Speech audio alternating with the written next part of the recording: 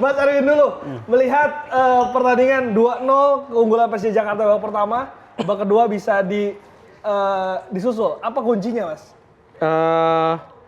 Kuncinya kalau Persib pergantian pemain yang antara terpaksa atau pas ya.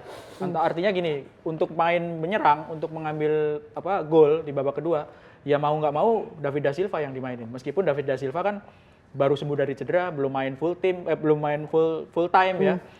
Tapi akhirnya dia dimainkan dan cetak gol yang luar biasa golnya. Kalau Persija di babak pertama memang kuncinya rapi dalam bertahan ya, transisinya yang bagus, transisi cepat, umpan-umpan akuratnya, meskipun Persib di babak pertama banyak mendapatkan peluang gitu. Ya hasil yang fair gitu ya. Masing-masing tim punya keunggulan dan bisa memanfaatkan keunggulannya, tapi juga ada kelemahannya gitu. Bang Jabrik, hasil yang fair untuk sore hari ini? Kalau aku mengomentari tim Persija aja ya, harusnya dari babak kedua ini kita nggak tahu Ferrari tadi itu apakah dia cedera atau memang sudah kondisinya sudah habis gitu. Nah di situ Vena juga nggak mau merubah posisinya, harus ada pergantian di tengah juga. Karena dilihat dari permainan Persib itu juga dia menguasai lapangan tengah kan, ada perubahan kan pemain. Ternyata mereka berhasil gitu.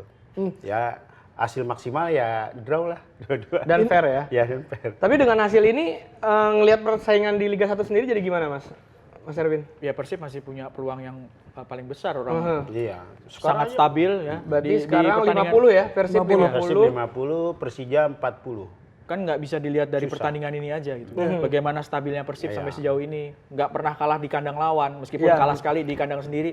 Tapi nggak pernah kalah di kandang lawan dan beberapa kali menang di kandang lawan itu poin yang plus banget yang nggak dimiliki sama tim-tim pesaing sekarang gitu. Tandang terakhir kan Persib ini bermain dengan 10 pemain dan berhasil menang di Semarang. Dan ini berhasil menahan dengan tadi ketinggalan 2 gol dulu. Sebetulnya apa yang menjadi kekuatan Persib ini? Apakah memang murni taktik dari Boyan Hodak atau ada faktor lain, Mas Erwin? Salah satunya ya kecermatan taktik dari Boyan ya. Sama itu tadi bahwa pemainnya saling melengkapi gitu ya. Ketika David da Silva nggak bisa main, nggak bisa mencetak gol, pemain lain yang mencetak gol. Tapi ketika pemain lain di babak pertama tadi nggak terlalu bagus, David da Silva bisa mengangkat timnya. Jadi kombinasi sih menurut saya ya. Dan itu tadi bahwa yang sempat kita bahas bahwa kerangka timnya ini udah jadi gitu. Bang Jabrik melihat lini tengah dari Persib Bandung tadi kita sempat ngobrol sedikit lebih tenang, lebih santai, aliran bolanya lebih efektif gitu. Ya mungkin dilihat dari babak pertama ketinggalan ya 2-0, mungkin dari Bojan juga merubah variasi serangan ya. Ternyata pelatih itu berhasil dengan kombinasi kemarin tadi lebih percaya diri pemain-pemain tengahnya. Dan kalau untuk buat mengenai masalah klasmen Persib, biasanya tuh di akhir-akhir kompetisi itu yang harus waspadain. Persib tuh kadang udah trennya sudah positif nih, tapi pas giliran ini agak-agak terpuruk gitu loh. Nah ini yang di bawahnya dari Persib ini Persibaya nggak tahu ini selisih poinnya ini tinggal berapa kan gitu. Bisa aja dia bisa menyodok di peringkat pertama, kita kan nggak tahu. Kan masih ada pertandingan berapa kali pertandingan 11 lagi. ya? 11 lagi. Dan Persebaya akan menghadapi Persib Bandung nanti di tanggal 1 Maret ya. Biasanya seperti itu sih, tim lagi sedang on fire-nya, tiba-tiba dia apakah di situ di perjalanan sisa-sisa kompetisi ini mereka ada yang cedera lah atau ada kelelahan atau apa, kita kan nggak tahu.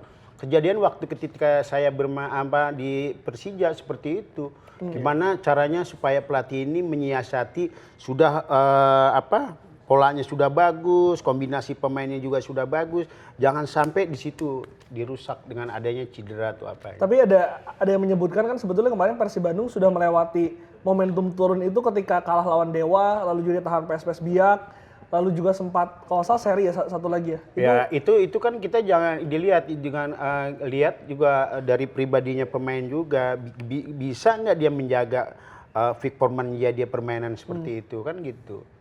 Bagi Persija sendiri hasil 2-2 ini lawan rugi lah buat kita tuan rumah Persija tuan rumah terus dengan pendukungan satu kita ya kan jadi akhirnya kesebut juga tapi netral ya. Tadi Persija gagal blok ada judulnya soalnya ya rugi lah buat tim Persija ya kan karena sudah ada dukungan supporternya seperti apa apalagi juga kandang gitu. Dan juga dia juga harusnya kan buat menambah poin gitu. Sekarang hilang poinnya 2 gitu. Berarti sekarang sama dengan Dewa ya, Iya. poinnya ya Iya, Persija sama di dengan Dewa. 40 dan masih di bawah Persebaya berarti Persibaya. 41. Bagi Bang Jabrik, siapa yang jadi man of the match pada malam hari ini? Da Silva, dia merubah permainan di babak kedua dan juga dia menciptakan gol. Itu aja the best player. Kalau dari lini belakang dari Persija kan tampak sangat padu di babak pertama, tapi babak kedua tampaknya sedikit kehilangan konsentrasi nih. Apakah Iya. tadi Hansamu ditarik menjadi Mungkin gini ya, dengan leading babak pertama itu 2-0, harusnya kan ada perubahan. Dan juga dari pemain-pemain Persija, pemain belakangnya itu juga harus konsentrasi. Ternyata agak lemah di situ ya, mungkin pas pergantian Ferrari sama Sabani di situ. Mas Erwin, Hansamu ditarik keluar, digantikan Hanif, apakah itu mempengaruhi lini pertahanan Persija? akhirnya? Ferrari bukan Hansamu. Hansamu, Hansamu, yang Hansamu. ditarik Hansamu. Kalau saya ngelihatnya bukan dari lini pertahanan Persija sih, tapi gimana David da Silva ini yang bikin secara keseluruhan lini pertahanan ini jadi terpecah konsentrasinya.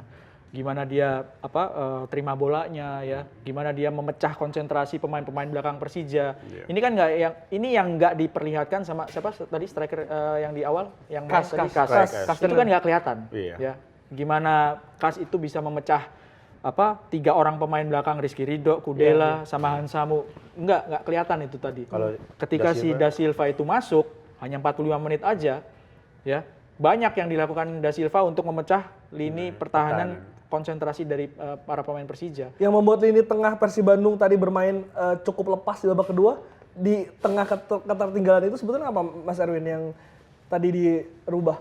Karena kan lebih dominan tuh babak kedua.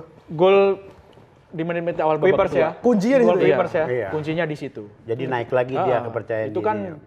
tadi saya bilang kalau misalnya di bawah menit 60 ini Persija kebobolan, bahaya nih buat Persija. Karena itu bisa jadi membalikan momentum. Karena di babak pertama tadi kan sebetulnya Persib lebih banyak menguasai permainan. Meskipun mereka kebobolan 2 gol. Nah, ketika di babak kedua mereka bisa memanfaatkan di menit-menit awal bisa mencetak gol, ya pasti kan naik motivasinya. Ketika naik motivasinya ya enak dalam bermain kan seperti itu sih sebenarnya. Man of the match untuk Mas Erwin? Da Silva. David Da Silva. Silva, ya. Sepakat kayaknya sih semuanya ya. Sepakat ya? Da Silva ya. Oke. Persib itu masih punya 6 pertandingan, saya baru cek, masih punya 6 pertandingan di kandang. Ya. Dan Di sisa? ya Di sisa 11 ya? Di sisa 11. Sementara di kandang lawan, mereka menghadapi lawan yang Agak di bawah dia. iya, Semen Padang, Semen Persita, Padang, Persita. itu lawan yang Bisa ngambil poin iya, lah bisa kita. ngambil poin di situ Persib. Jadi dengan keunggulan sekarang unggulnya 9 poin. Ya. 9. 9 poin. Oke, di kandang sendiri lawan yang berat ada Bali United juga masih ada di situ.